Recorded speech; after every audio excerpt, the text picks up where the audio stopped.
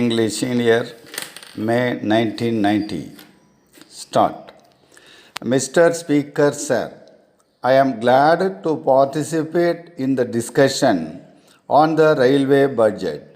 We have been hearing several interesting points raised by the honorable members during the last 2 days. The honorable member who initiated the discussion from the other side made an appeal for increased allocation for the railways in the sixth five-year plan. I think this is the crux of the matter. There are so many demands made on the railways and there are so many problems that they have to face, but they cannot do so if they have not sufficient money. I think the Planning Commission has been rather unfair to the railways. I would only add my appeal to that made by the other speakers that this matter, even at this stage, should be reviewed and more funds should be made available to the railways for carrying out the important schemes which they have before them. Particularly, I would like to mention about the construction of new railway lines. A very small sum has been provided for this purpose in the budget proposals. I request that it may be substantially increased. Then there are one or two aspects of the working of the railways to which I would like to draw the attention of the Honorable Minister. One is the matter regarding railway accidents. This is one thing which is very much agitating the minds of the people and also the members. There is a feeling that travel on the Indian railways has become very unsafe. I am aware that the Honorable Minister himself is very much concerned about it, and he has already indicated in his speech the measures which he proposes to take in order to prevent them.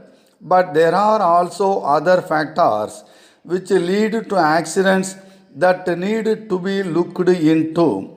It is not only due to the negligence of the drivers or other railway staff, but there are some other factors also, like the failure of the brakes and various other things.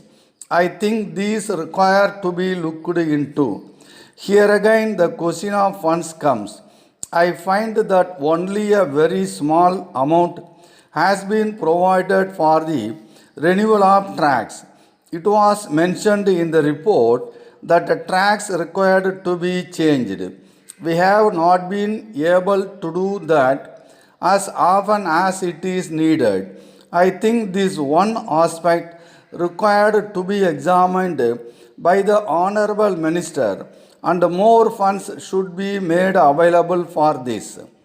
As far as law and order is concerned, we hear a lot. We read in the newspapers reports about murders and thefts which are taking place in the railways. The Honorable Minister cannot get away with an excuse that law and order is a state subject. The government railway police are supposed to look into the matter. They are, of course, doing this, but I would like the Honorable Minister to do something more in this matter. I do not think the problem can be solved by merely shifting the responsibility for the safety of passengers to the state governments. No doubt, I agree that under the Constitution, as it stands, law and order is a state subject. But at the same time, we know that this Parliament is supreme and we can even change the Constitution if necessary. My point is that something should be done in the interest of the people to see that the protection of life and property of the passengers is made a direct responsibility of the Railway Ministry. With these few words, I thank you and conclude my speech.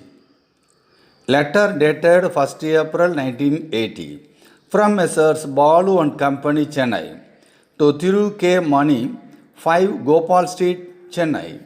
Dear Sir, we thank you for your letter, which we have just now received.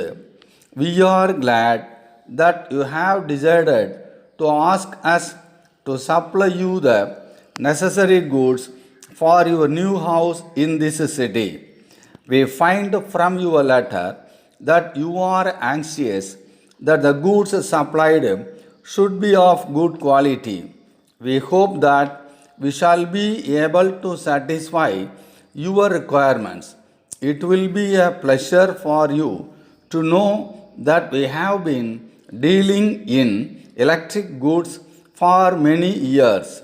We think you will be glad to know that if you are able to find any defect in the article supplied by us, we shall be pleased to replace it immediately.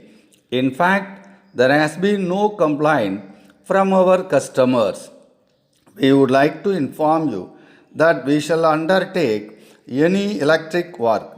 You may kindly note that it is not necessary to make any advance payment to us for this purpose. We assure you that if you can give the work to us, we shall be able to do it satisfactorily.